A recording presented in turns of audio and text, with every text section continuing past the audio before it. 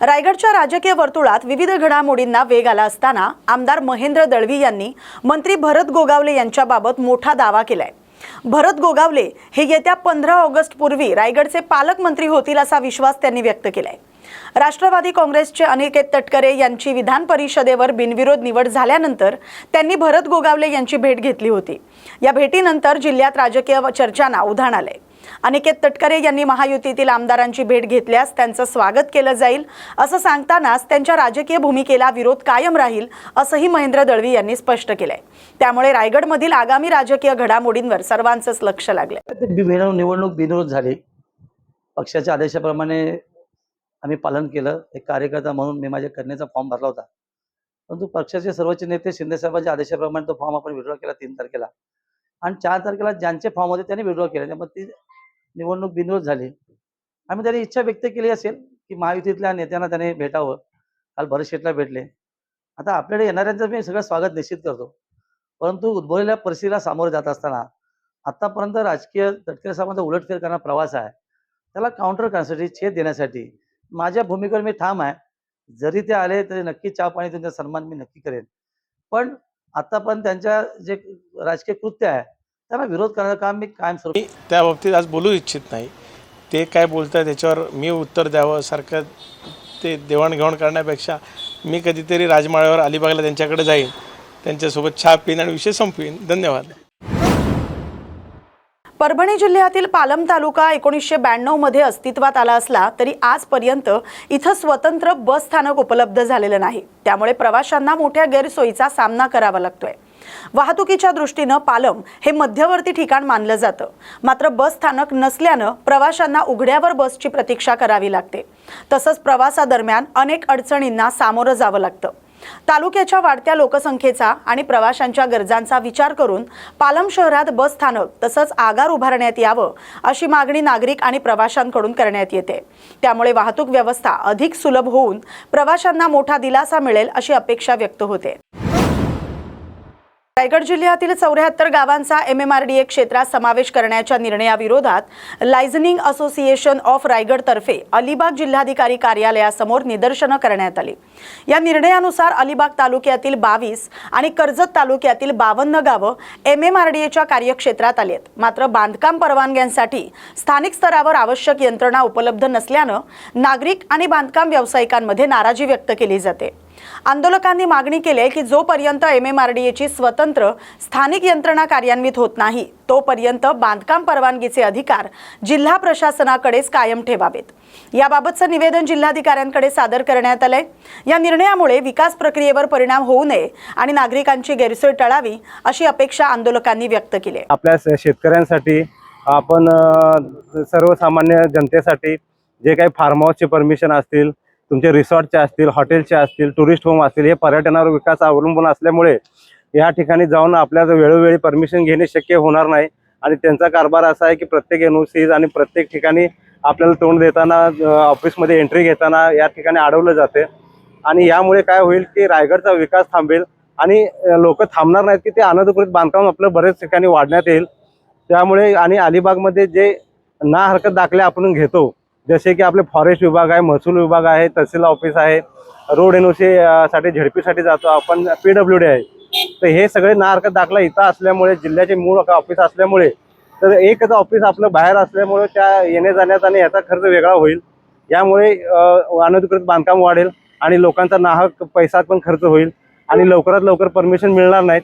यामुळे रायगड जिल्ह्यामध्ये 1996 पासून MMRDA यांचाच नियोजन प्राधिकरणाचा दोन्ही प्लॅन आपण वापरतोय आणि त्याच्यात विकास परवानगी आणि बांधकाम परवानगी यांचे सर्व अधिकार माननीय जिल्हाधिकारी यांना आहेत।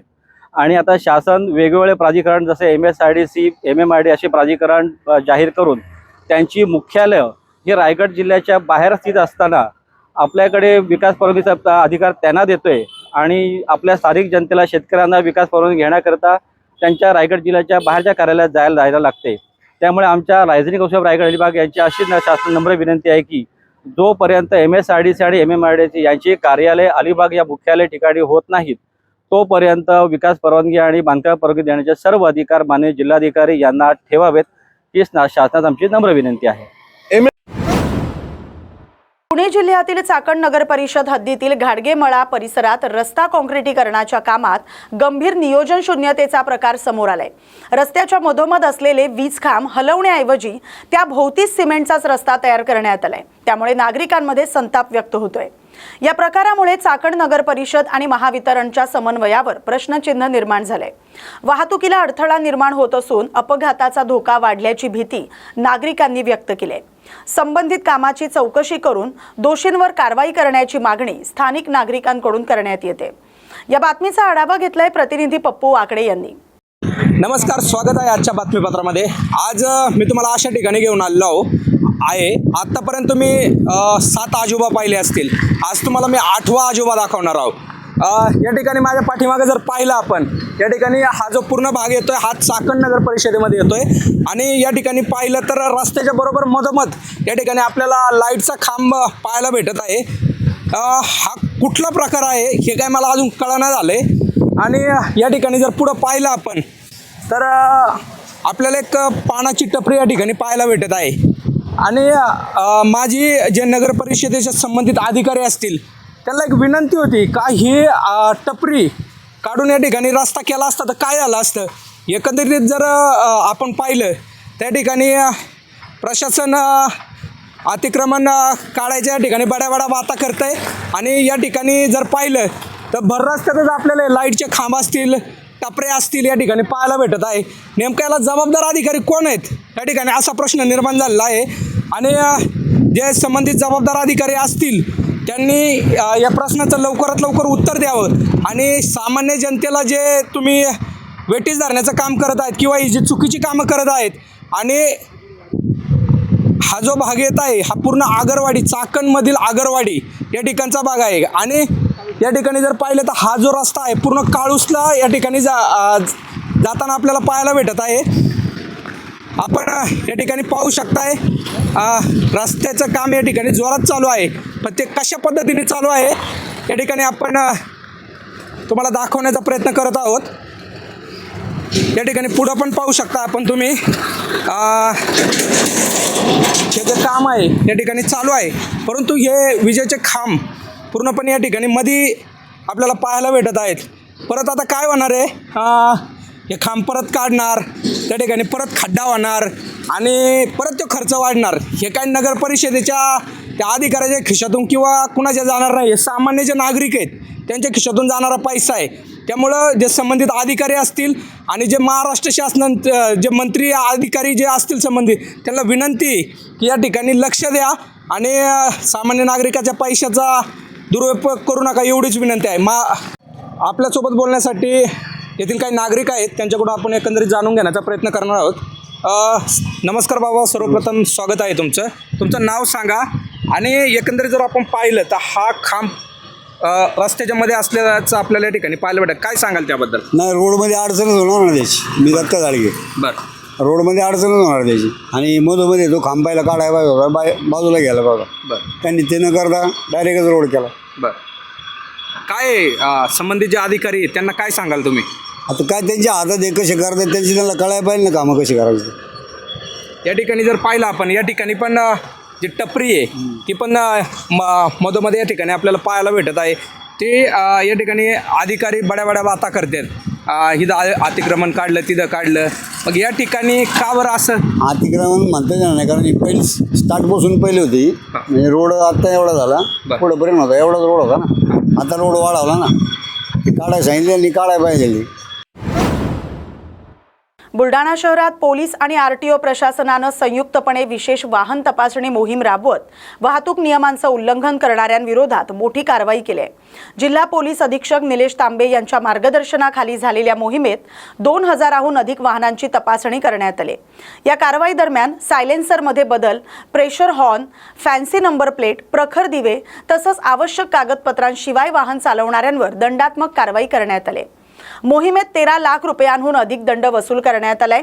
तसंच अल्पवयीन मुलांकडून वाहन चालवण्याच्या प्रकारावरही विशेष लक्ष ठेवण्यात आले। वाहतूक नियमांचं पालन करून हेल्मेट वापरण्याचं आणि आवश्यक कागदपत्र सोबत बाळगण्याचं आवाहन प्रशासनानं केलंय। या मोहिमेमुळे शहरातील वाहतूक शिस्त सुधारण्यास आणि रस्ते सुरक्षित करण्यास मदत होणार असल्याचं प्रशासनानं स्पष्ट केलंय।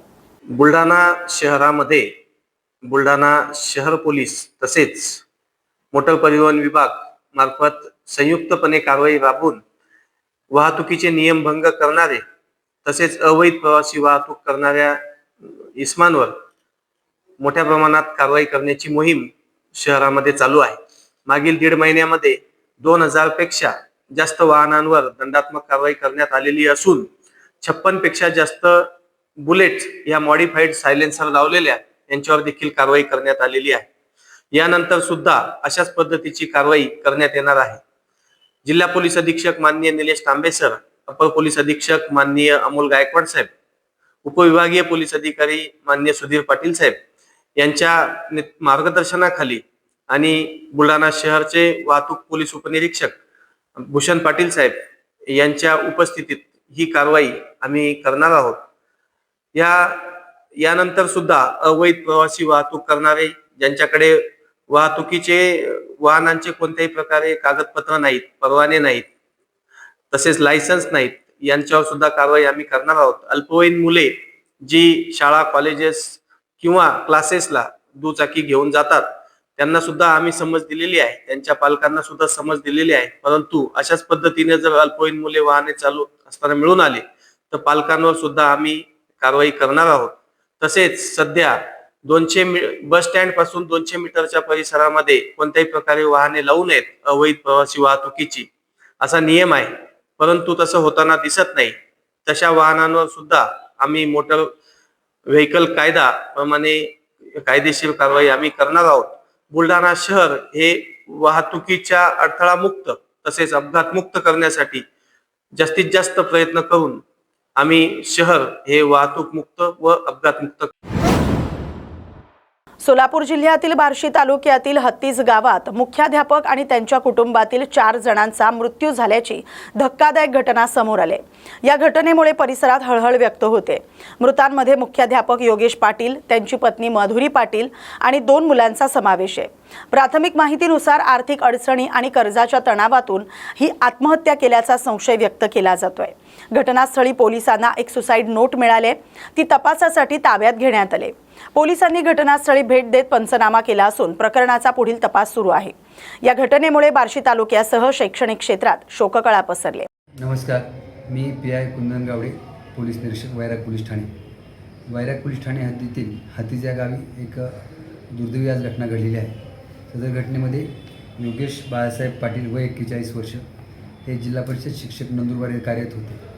ते आणि त्यांची पत्नी माधुरी तसेच मोठा मुलगा अथर्व आणि लहान मुलगा शिवांश असे सुट्टीनिमित्त गावाकडे आले होते. आणि गावाकडे आल्यानंतर शेअर मार्केटमध्ये प्रचंड लॉस झाल्याकारणाने योगेश बाळासाहेब पाटील यांनी त्यांच्या 2 जे लहान मुलं आहेत त्यांना आणि पत्नीला विष देऊन जीवानीशी ठार मारल्याची संशयित घटना घडलेली आहे. आणि त्यानंतर स्वतः विष हे पिल्याला दिसून येत आहे आणि नंतर गळफास घेऊन स्वतःही मरण पावले आहे. त्या अनुषंगाने वैराग पोलीस ठाणे येथे एक घटना नोंद झाली आहे आणि पुढील तपास चालू आहे. सुसाईड नोट वगैरे काही सापडले आहे का? त्यात आहे, सुसाईड नोट आहे. त्याच्यामध्ये त्यांनी विस्तृतपणे शेअर मार्केटमध्ये कधी सुरुवात केली, त्यांना कसा फायदा झाला, त्यानंतर कसा लॉस झाला याचा विस्तृतपणे त्यात उल्लेख केला आहे. तसंच त्या घटनेबाबत त्यांनी आईची, कारण त्याला वडील नाही आहेत, आईला माफी मागितली आहे. कारण ही त्याच्याकडून खूप काही लॉस झाला होता आणि तरीसुद्धा तो त्यात वाहत गेला, गुंतवत गेला होता आणि त्यामुळे प्रचंड लॉस झाला होता आणि त्यात मानसिक त्याचा खूपच कसला होता आणि त्या कारणानेच बहुतेक त्यांनी स्वतःच्या 2 चिमुरड्यांना, पत्नीला विषपासून जीवानीशी ठार मारलं आणि स्वतःही आत्महत्या करून जीवन संपवलेले दुर्दैवी आणि हृदय पिटून टाकलेली घटना घडलेली आहे. पैसे वगैरे कोणाकडे घेतले होते?